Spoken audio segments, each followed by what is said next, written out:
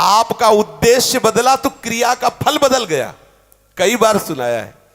एक दुष्ट स्वभाव वाला आदमी था, तो जंगल में गड़ासा लेके खड़ा होता।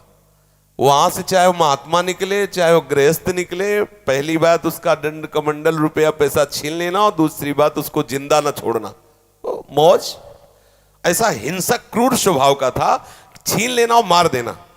बहुत ध्यान से सुनना, ऐसा ही करता। अब एक महात्मा जो बड़े भजनानंदी तपस्वी त्यागी थे, तो ऐसे संतों के दर्शन मात्र से पाप नष्ट होते हैं। संत दरस जिम पातक टरे, बड़े भाग पाइप सत्संगा, विनय प्रयास होई भव भंगा। ऐसे महापुरुष का सानिध्य जो ही मिला तो उसने उठाया गड़ासा। तो उनका क्यों भाई, क्यों मारोगे? बोले हमारा व्यसन है, मारना हमारा स्वभाव है, हमारी आदत है, हमें नशा है, हम सामान छीन लेते हैं मारते हैं। बोले ऐसी दुर्गति होगी तेरी कि तुझे पता नहीं। वो तपबल संपन्न थे, वो जो जो बोल रहे थे वो ऐसा लग रहा था कि उसके दिमाग पे लग रहा है। थोड़ी ही देर में संभाषण मात्र, एक तो दर्शन दूसरा संभाषण, तत्काल उसके हृदय में कंपायमान, हृदय में भय पैदा हुआ, चरणों में गिर गया। महाराज मैं तो बहुत पाप की, ये देखो संत दर्शन का फल, कोई उपाय बताओ। महाराज सब छोड़ दूंगा यदि मुझे शिष्य बना लो। तो उनका तुम्हें ऐसे शिष्य नहीं बनाएंगे, पहले तुम भारत के तीर्थों का अवगाहन करो, जब तुम पवित्र हो जाओगे तब तुम्हें शिष्य बनाएंगे। तुमने बहुत सी हत्याएं की है, बनाएंगे शिष्य, लेकिन पहले भारत के तीर्थों में भ्रमण करो। तो महाराज हम कैसे जानेंगे कि हम पवित्र हो गए, निष्पाप हो गए? तो उन्होंने एक सूखी लकड़ी दी और कहा जब ये हरी हो जाए, इसमें अंकुरण हो जाए, तो वहीं से लौट आना, जानना तुम निष्पाप हो गए। चल पड़ा। अब महापुरुष की प्रेरणा, ये होता है संत का प्रभाव। अब वो लकड़ी ली सूखी हो, चल पड़ा। 10 किलोमीटर चला होगा तो एक जंगल में एक बहुत बड़ा बट वृक्ष था, बरगद का, बहुत बड़े बड़े पेड़, बरगद के बहुत बड़े, उसकी जड़ से आके शाखाओं से नवीन वृक्ष की रचना, बहुत बड़ा वृक्ष था।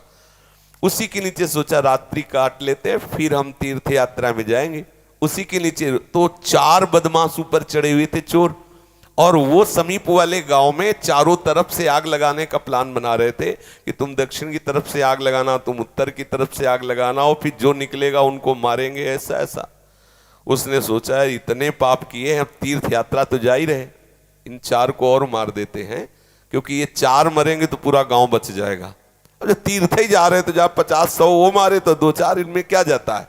उन्होंने आवाज लगाई, ये सुनो तुम्हारा प्लान ठीक नहीं है।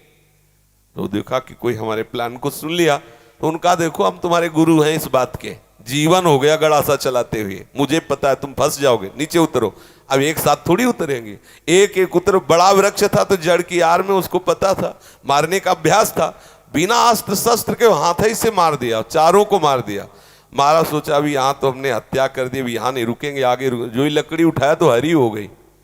गुरु जी लोग कहा था लकड़ी हरी हो जाए तो वापस आ जाना तीर्थ यात्रा। अभी तो कोई गंगा नहाया नहीं, जमुना नहीं नहाया, तीर्थ यात्रा नहीं की, और लकड़ी हरी हो गई, पर गुरु ने कहा था हरी हो जाए तो वापस आ जाना। वापस चला गया। जो ही पहुंचा, कहा गुरु जी दंडवत। बोले तीर्थ यात्रा के लिए भेजा था, वापस कैसे आ गए? बोले आपने कहा था जहां आपकी लकड़ी हरी हो जाए वहीं जान लेना पवित्र हो गए। तो गुरु जी लकड़ी तो हरी हो गई। तो बोले किस तीर्थ में लाए? बोले ना आया नहीं, 4 को और मार दिया। बोले 4 को मार दिया तो और पाप बढ़ना चाहिए, कैसे क्या? तब उन्होंने बताया पूरे गांव की रक्षा करने के भाव से मैंने 4। तो बोले देखो बेटा, अभी तक अपने स्वार्थ के लिए मारते थे, उद्देश्य था आपको अपने स्वार्थ का, तो वो पाप हुआ। लेकिन पूरे नगर के गाय बैल जीव जंतु स्त्री पुरुष बच्चे सबकी रक्षा का उद्देश्य रख के 4 को मार दिया, तो वो महापुण्य हो गया। अब समझे, क्रिया वही है, उद्देश्य बदल गया तो फल बदल गया उसका।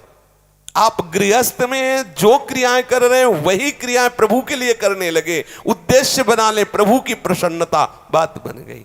सर्वधर्मान परित्यज्य मामेकं शरणं व्रज अहम त्वां सर्व पापेभ्यो मोक्षयिष्यामि मा शुचा। तू चिंता मत कर कि धर्म त्याग का पाप लगेगा, मैं तुझे निष्पाप कर दूंगा, लेकिन तू मेरे चरणों का आश्रय ले ले। हर धर्मों की पूर्ति भगवत प्राप्ति से होती है, और प्रभु के चरणारविंद का आश्रय लेना परम धर्म है। जो धर्म कर्म प्रभु की प्राप्ति में बाधा पहुंचावे तजिए ताहि कोटि वैरिशम, उसे करोड़ों दुश्मन के समान त्याग देना चाहिए। जैसे तजियो पिता प्रहलाद विभीषण बंधु भरत महतारी गुरु बलि तजो कंत ब्रज बनितन, बोले भेमुद मंगलकारी। इसलिए अपने जीवन का लक्ष्य प्रभु प्राप्ति बनाने वाले के लिए हर धर्म भगवत प्रसन्नता के लिए किया जाए, वही हो गया भगवत प्राप्ति का हेतु। समझ रहे? ऐसे कितने महापुरुष देखे गए अपने कुल कर्म को करते हुए भगवत प्राप्त हो गए, क्योंकि वो प्रभु की प्रसन्नता के लिए किया।